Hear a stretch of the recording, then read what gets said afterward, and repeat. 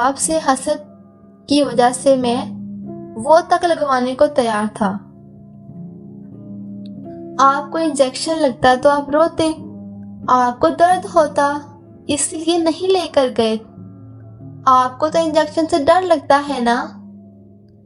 ابو نے مجھے گود میں لینے کی کوشش کی، لیکن میں امی کی گود سے اترنے کو ہرگز تیار نہیں تھا۔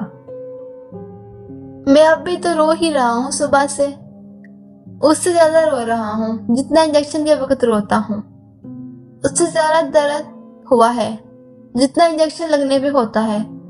اب میں زیادہ ڈر گیا ہوں، میں روتے ہوئے کہہ رہا تھا۔ امی ابو پریشان ہو کر مجھے سن رہے تھے اور دیکھ رہے تھے۔ میں نے پہلا کبھی ایسا برتاؤ نہیں کیا تھا۔ ایسے کیوں کہہ رہے ہو؟ ہم آ تو گئے ہیں۔ امی نے میری گالوں پہ پیار کرتے ہوئے میرے آنسو پونچھے۔ جیسے آج آپ دونوں مجھے چھوڑ کر گئے تھے اور اسے لے گئے تھے، ویسے ہی ایک دن آپ مجھے ہمیشہ کے لیے چھوڑ جائیں گے، مجھے پتا ہے سب۔ میں روتے ہوئے ہچکیاں لے رہا تھا۔ امی نے مجھے خود سے بینچ لیا اور خود بھی رونے لگی۔ ابو مجھے سمجھانے کی کوشش کرنے لگے۔ ہم کیوں اپنے بیٹے کو چھوڑ کر جائیں گے؟ ہمارا ایک ہی تو بیٹا ہے، اتنا پیارا، بہادر اور لاڈلا۔ کبھی نہیں چھوڑیں گے ابو اپنے بیٹے کو۔ اب آپ کی بیٹی آپ کو مل گئی ہے نا، میری ضرورت تو نہیں رہی اب آپ کو۔ میں کس دن اسکول سے اپنی مس ارم کے ساتھ چلا جاؤں گا، وہ مجھے آپ سے زیادہ پیار کرتی ہیں، میں ان کا بیٹا بن جاؤں گا۔ نہیں بیٹا، آپ تو ہمارے پیارے بیٹے ہیں، سیمی تو بیٹی ہے نا، بیٹے تو آپ ہی ہیں، اور بیٹا ہونا الگ بات ہوتی ہے، بیٹوں کی جگہ کبھی بیٹیاں نہیں لے سکتے۔ اور ابو کی کہی بات پہ میرے بہتے آنسو رک گئے۔ اس بات نے بچپن سے میرے ذہن میں جگہ بنا ڈالی تھی کہ بیٹوں کی الگ بات ہوتی ہے، ان کی جگہ بیٹیاں نہیں لے سکتے۔ یہ میری سماعت پہ برتری کا پہلا احساس تھا جو ابو نے مجھے دلایا تھا، اور پھر ساری زندگی شدید تر ہوتا چلا گیا۔ نانی اور خالہ بھی بلا کب تک ہمارے ہاں رہتی، انہیں کبھی تو جانا ہی تھا، اور امی اسی بات کو لے کر پریشان تھیں کہ ان کے جانے کے بعد کیا ہوگا، کیونکہ اب تک نانی ہی سماعت کو سنبھال رہی تھیں اور خالہ امی دونوں مل کر مجھے۔ روبی، ہم ساری زندگی تو تمہارے پاس نہیں رہ سکتے، اتنے مہینوں سے یہاں پڑے ہوئے ہیں، پیچھے زہرا بھی اکیلے گھر کو کیسے سنبھال لے گی؟ تمہیں اب اکیلے ہی مونی اور سیمی کو سنبھالنا ہوگا۔ مگر کیسے امی؟ آپ نے دیکھا نہیں ہے کہ یہ مجھے سیمی کے پاس بھٹکنے بھی نہیں دیتا، ہتھے سے ہی اکھڑنے لگتا ہے۔ مجھے اس کے آس پاس دیکھ کر بھی میں کیسے دونوں کو اکٹھے سنبھالوں گی؟ اچھا آپ نہیں رک سکتی تو سمینا کو رہنے دے میرے پاس۔ تمہاری سب باتیں ٹھیک ہیں، لیکن کوئی بھی ساری زندگی تو یہاں نہیں رہ سکتا نا۔ تمہیں اپنے بچوں کو خود پالنا ہے، خود بڑا کرنا ہے۔ ویسے بھی مونی کو سمجھنے کی ضرورت ہے کہ جتنی تم اس کی ماں ہو اتنی ہی تم سیمی کی بھی ماں ہو۔ تمہیں ہی اسے حقیقت کا سامنا کرنے کے قابل بنانا ہوگا۔ تم یہ کر سکتی ہو، کیونکہ یہ اتنا بھی ناممکن نہیں جتنا تم نے اسے سمجھ رکھا ہے۔ تم اس کی ماں ہو، وہ تمہارا باپ نہیں ہے۔ ماں باپ بچوں کو اپنے حساب سے چلاتے ہیں، نہ کہ بچوں کے حساب سے خود چلتے ہیں۔ امی خاموش رہیں۔ مونی کو آہستہ آہستہ احساس دلاتی رہو کہ سیمی اس کی چھوٹی بہن ہے اور بڑے بھائی بہنوں کا خیال رکھتے ہیں۔ تم روزانہ اس کی ذہن سازی کرو گی تو بالآخر وہ سیمی کی طرف مائل ہونے لگے گا، اسے قبول کرنے کے ساتھ ساتھ پیار بھی کرنے لگے گا۔ بس اس سارے کے دوران کبھی مونی کو نظر انداز مت کرنا۔ امی بس نانی کو دیکھ کر رہ گئیں۔ انسان کا بچہ پالنا جہاد کرنے کے برابر ہے بیٹا۔ سب کاموں میں سے سب سے افضل یہی ایک کام ہے کہ انسان کو انسان کی تربیت پہ معمور کیا گیا ہے۔ ماں کی گود میں ایک نسل سنوارنے کے لیے ڈالی جاتی ہے۔ اب ماں یہ ہے کہ وہ اسے محنت اور محبت سے سنوار دے یا کم ہمتی اور لاپرواہی سے بگاڑ دے۔ نانی سامان باندھ رہی تھی تو میں بھی ان کی مدد کروا رہا تھا۔ سامان باندھتے ہوئے میں نے نانی سے پوچھا، آپ کو چھوٹے بچے اچھے لگتے ہیں نانی؟ چھوٹے بچے تو سب کو ہی اچھے لگتے ہیں، مجھے بھی لگتے ہیں، لیکن مجھے تو نہیں لگتے۔ میں نے اپنی ذہین آنکھوں سے نانی کو دیکھتے ناک سکوڑی۔ تو آپ یوں کیوں نہیں کرتی کہ سماپ کو اپنے ساتھ لے جائیں، کیونکہ آپ کے پاس تو کوئی چھوٹا بچہ نہیں ہے، اور یوں بھی آپ ہی کہتی ہیں کہ وہ آپ کی بیٹی ہے، پھر آپ کو پسند بھی ہے۔ جب بڑے ہو کر مجھے لگے گا کہ مجھے چھوٹے بچے اچھے لگتے ہیں تو ہم اسے واپس لے آئیں گے۔ نانی میری بات سن کر مجھے دیکھتی رہ گئیں، پھر میرا ہاتھ تھام کر مجھے برابر بٹھاتے ہوئے بولی، بچے ہمیشہ اپنے ماں باپ کے پاس رہتے ہیں، خاص کر کے چھوٹے بچے، اور اس کی امی ابو تو یہاں ہیں نا تمہارے پاس، تو پھر وہ وہاں کیسے رہے گی اتنی دور؟ اسے کیا پتا کہ اس کے ماں باپ کون ہیں؟ وہ تو ابھی کسی کو بھی نہیں پہچانتی اور نہ بولتی ہے، بس اسے رونا آتا ہے اور کچھ نہیں۔ آپ اسے لے جائیں گی تو وہ کوئی میری طرح روئے گی تھوڑی؟ اسے امی کے پاس جانا ہے، یہاں بھلا کون سا امی اسے دیکھتی ہیں؟ اچھا ہے آپ اسے لے جائیں تو سب خوش رہیں گے، ہم سب بھی اور وہ بھی اور آپ سب بھی۔ میں نے نانی کو گویا لاجواب کر دیا تھا۔ وہ پھر کافی دیر تک خاموش ہی رہیں اور میرے بالوں میں انگلیاں چلاتے ہوئے کچھ سوچتی رہیں۔ مونی، کیا سیمی تمہیں بالکل بھی اچھی نہیں لگتی؟ کافی دیر بعد انہوں نے سوال کیا۔ بالکل بھی نہیں، ایک قطرہ بھی نہیں۔ میں نے یوں منہ بنایا جیسے کوئی کڑوی گولی نگل لی ہو۔ اس میں اچھا کیا ہے؟ رونے اور سونے کے علاوہ وہ کرتی بھی کیا ہے کہ مجھے اچھی لگے؟ جب وہ روتی ہے تو میرا دل کرتا ہے اس کے منہ میں کچھ ٹھونس دوں، اور جب وہ سوتی ہے تو دل کرتا ہے کہ وہ سوتے ہوئے ہی مر جائے اور پھر کبھی نہ اٹھے، اتنی بری لگتی ہے وہ مجھے۔ میں نے صاف صاف اپنے جذبات کا اظہار کیا تو نانی کے میرے بالوں میں چلتے ہاتھ وہیں ساکت رہ گئے اور وہ پتھرائی ہوئی آنکھوں سے مجھے بس دیکھتی رہ گئیں۔ نانی اور خالہ کے جانے کے بعد بھی امی مجھے اپنی بھرپور توجہ دیتی تھیں، لیکن اب سماپ کو بھی انہیں دیکھنا پڑتا تھا۔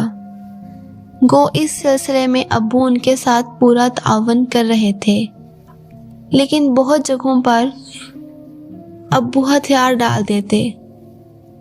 رات کو سماپ ابو کے ساتھ سوتی تھی، صبح تو میں اسکول چلا جاتا تھا تو یقیناً امی سماپ کو سنبھالتی ہوں گی، لیکن شام میں میرے لوٹنے کے بعد ابو ہی سماپ کی دیکھ بھال کرتے پائے جاتے تھے۔ ویسے تو ابو کا سماپ کو سنبھالنا بھی مجھ پہ ناگوار گزرتا تھا، لیکن امی کے مقابلے میں نسبتاً کم۔ ابو نے اپنی ساری مصروفیات سماپ کی نظر کر ڈالی تھیں۔ آفس کے بعد جم جانا، دوستوں سے ملنا، ٹی وی پہ اپنے من پسند پروگرام دیکھنا۔ ان کی زندگی اب دو چیزوں کے گرد گھومتی تھی، آفس اور سماپ، اور یہ چیز مجھے بہت تنگ کرتی تھی۔ وقت گزرنے کے ساتھ میں امی پہ ایک نئے عذاب کی صورت میں نازل ہوا۔ جو ہی امی کا دھیان اپنے کسی کام کی جانب ہوتا، میں فوراً سے سماپ کے سر پہ پہنچ جاتا، کبھی اس کو زور کی چٹکی کاٹ کر بھاگ جاتا، اور وہ سوتے سے جاگ کر ایک دم رونے لگتی۔ امی کو یہی لگتا کہ وہ سوتے میں ڈر گئی ہے، تبھی رو رہی ہے۔ پھر جب سماپ نے کروٹ لینا شروع کی تو امی اس کے گرد بہت سی تکیوں کی باڑ بنا کر رکھ جاتی، جسے وہ بیچاری تو کبھی نہ ہٹا سکی، البتہ میں موجود تھا ہٹانے کے لیے۔ سو نہ صرف میں تکیے ہٹا جاتا، بلکہ اسے جان بوجھ کر بستر کے کنارے پہ بھی لٹا جاتا، تاکہ اگلی کروٹ لینے پہ وہ سیدھا نیچے ہو، اور ہوتا بھی ایسا ہی تھا۔ کچھ دیر بعد ہی اس کے گلا پھاڑ پھاڑ کے رونے کی آواز پہ امی بھاگ کر اس کی جانب لپکتی۔ لیکن تب تک میں اپنا کام دکھا کر ایسا لا تعلق بن جاتا کہ امی مجھ پہ شک کرنے کی کوئی وجہ ڈھونڈ نہ پاتی۔ پھر جب اس نے قدم قدم چلنا شروع کیا تو یہ میں ہی تھا جس کی بدولت اکثر وہ اپنے واکر سمیت سیڑھیوں سے نیچے گر جاتی۔ کبھی جسم کے مختلف حصوں میں خراشیں ہوتی تو کبھی بدن کے کسی حصے پہ نیل پڑا ہوتا۔ اس سب کے باوجود صحیح سلامت تھی اور سارے گھر میں اس کی کلکاریاں گونجتی تھیں جو مجھے کاٹنے کو دوڑتی تھیں۔ آخر وہ کتنی ڈھیٹ تھی، اسے میرا اٹھایا کوئی قدم بھی زیادہ نقصان نہیں پہنچاتا تھا۔ جی امی، اب تو مونی کی طرف سے مجھے بڑی تسلی ہے۔ اب وہ بالکل مجھے پہلے کی طرح تنگ نہیں کرتا، نہ ہی ضد کرتا ہے۔ ہاں یہ ہے کہ سیمی کے قریب بھی نہیں پھٹکتا، مگر ہمارے لیے اتنا ہی بہت ہے کہ اب وہ پہلے جیسا بیہیو نہیں کرتا۔ اس روز میری معصوم امی نانی کو فون پہ بتا رہی تھی اور میں دل ہی دل میں ان کی سادگی سے محفوظ ہو رہا تھا، کیونکہ انہیں معلوم ہی نہیں ہو سکا کبھی کہ میں ان کی بیٹی کے ساتھ کیا کرتا تھا۔ مونی، ایک روز ہوم ورک کراتے ہوئے امی نے مجھے بغور دیکھتے ہوئے پکارا۔ میں نے سر اٹھا کر ان کی جانب دیکھا تو وہ مجھ سے پوچھنے لگیں، تم سیمی کو سماپ کیوں بلاتے ہو؟ یہ سچ تھا کہ میں نے سماپ کو آج تک کبھی غلطی سے بھی سیمی نہیں بلایا تھا۔ میں اسے ضرورت پڑنے پر سماپ پکارتا تھا یا امی کی طرف دیکھ کر کہہ دیا کرتا تھا کہ آپ کی بیٹی نے یہ کیا ہے یا پھر آپ کی بیٹی رو رہی ہے۔ وہ کبھی میرے لیے سیمی یا میری بہن نہیں بن سکی۔ آپ نے اس کا جو نام رکھا ہے میں اسی سے پکاروں گا۔ میں اپنا کام کرنے کے دوران بڑی رسانیت سے بولا۔ ہاں، لیکن ہم سب تو اسے سیمی بلاتے ہیں۔ آپ سب اسے پیار سے سیمی بلاتے ہیں، جبکہ مجھے اس سے کسی قسم کا پیار نہیں ہے۔ میرے جواب پہ امی ٹھٹکی تھی۔ تمہیں اب بھی وہ بری لگتی ہے؟ مجھے وہ بری نہیں، زہر لگتی ہے۔ امی کو صاف جواب دیتے ہوئے میں اپنا کام کرنے لگا اور میرے جواب نے امی کو کوئی کام کرنے نہیں دیا۔ انہیں یہ لگنے لگا تھا کہ میں نے ان کی بیٹی کے وجود کو قبول کر لیا ہے، تو ان کی خوش فہمی سے میں انہیں باہر لے آیا تھا۔ میں امی کا لاڈلا تھا تو سماپ ابو کی، یا پھر یوں کہنا چاہیے کہ وہ امی کی نسبت ابو سے زیادہ قریب تھی۔ اس کی وجہ بھی یہی تھی کہ ہمیشہ سے میں نے اسے امی کے قریب ہی نہیں ہونے دیا، نہ ہی میری وجہ سے ایسی کوشش امی نے کبھی کی تھی۔ ویسے تو اسے ابو کے قریب بھی نہیں ہونا چاہیے تھا، لیکن یہاں شاید مجھ سے کچھ غلطی ہو گئی تھی۔ میں ساری کوششیں اسے امی سے دور رکھنے کے لیے کرتا اور نتیجن وہ ابو کے قریب ہو گئی تھی۔ اس روز ابو اسے گود میں اٹھائے باہر لان میں بیٹھے ہوئے تھے اور اسے گدگداتے مختلف قسم کی نظمیں سنا رہے تھے، تو میں مارے حسد کے ابو کے پاس جا کر بیٹھ گیا۔ میری اسکول سے گرمیوں کی چھٹیاں تھیں اور ہوم ورک میں ختم کر چکا تھا۔ مجھے کہانی سننا ہے، میں نے غصے سے منہ پھلاتے ہوئے ابو سے کہا۔ لیکن یہ سٹوری ٹائم نہیں ہے، یہ پوائنٹس ٹائم بھی نہیں ہے۔ کہانی تو تم اپنی امی سے سنتے ہو، اور وہ بھی رات کو، لیکن مجھے ابھی اور اسی وقت سننا ہے، وہ بھی آپ سے۔ اسے نیچے اتاریں، یہ اب چل سکتی ہے اور مجھے گود میں بٹھا کر کہانی سنائیں۔ میں کسی ضدی بچے کی طرح سماپ کو ان کی گود سے پرے کرنے لگا۔ آرام سے مونی، یہ گر جائے گی۔ ابو نے نرمی سے میرا ہاتھ پرے کیا۔ تو گر جائے، ویسے بھی یہ سارا دن گرتی ہی رہتی ہے۔ مجھے مزید غصہ آنے لگا۔ تمہاری بہن ہے یہ، چھوٹی بہن کو ایسے کہتے ہیں کیا؟ ابو نے سختی سے مجھے گھورا۔ میری کوئی بہن نہیں ہے، یہ صرف آپ کی اور امی کی بیٹی ہے۔ آپ لوگوں کو ضرورت تھی تو اللہ میاں سے اسے لے آئے، مجھے تو کوئی ضرورت نہیں تھی۔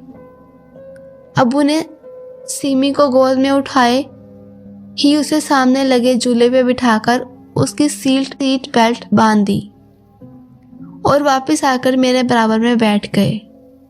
میرا موڈ سخت خراب ہو چکا تھا۔ تم کیوں سیمی سے اتنا چڑھتے ہو مونی؟